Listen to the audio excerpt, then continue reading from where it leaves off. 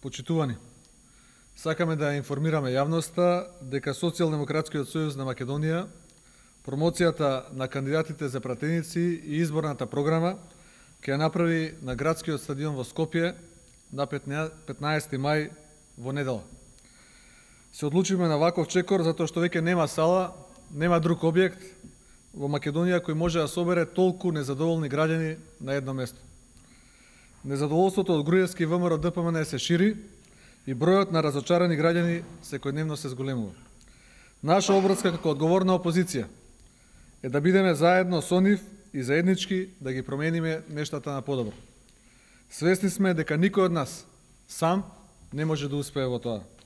Почнавме пред влада, преку Штип и Прилеп, а револтот се зголеми на протестниот марш во Скопје, на кој граѓаните јасно ја изразија волјата за промена на власта.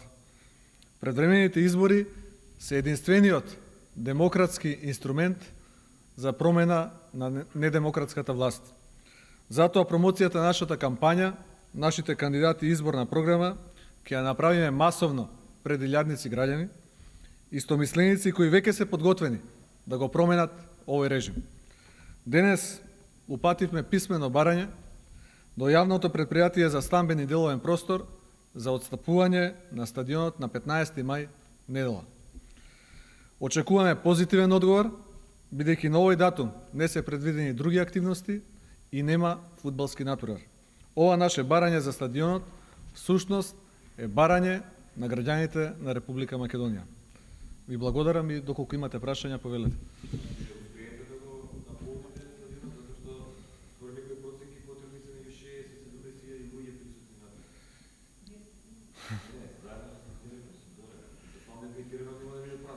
Ке има прилика да види Груевски што значи полн стадион.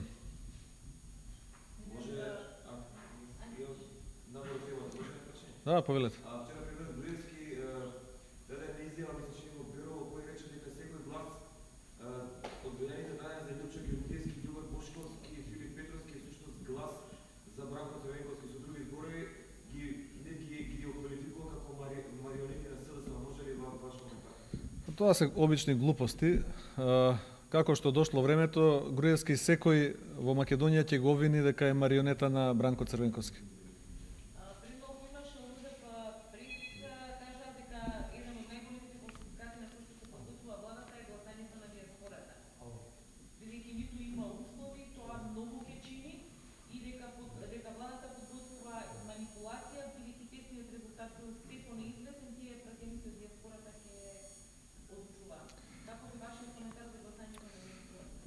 Социјалдемократскиот сојуз својот став во однос на дијаспората го искажа и на оние средби кои ги имавме, на кои се обидовме да предупредиме дека има голем број работи во изборниот законник кои не гарантираат фер и демократски избори.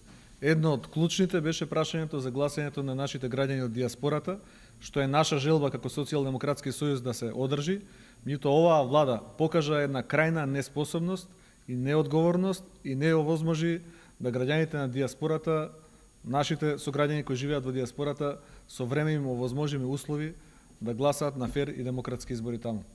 Тоа што таму ќе се случува, ќе биде под будна обсервација на сите нас.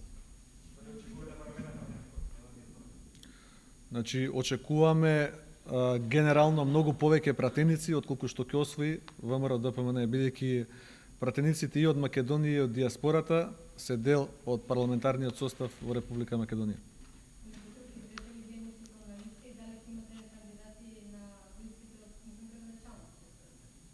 Значи, она што можам да ви го кажеме дека преговорите течат и носителите на листите, како и кандидатите кои ќе бидат на листите, заедно со коалициите со кои СДСМ ќе настапи, ќе бидат објавени на Конгресот на Социјалдемократскиот сојуз на Македонија, кој ќе се одржи на 2 мај со почеток во 14 часот во хотелот Александар Палас.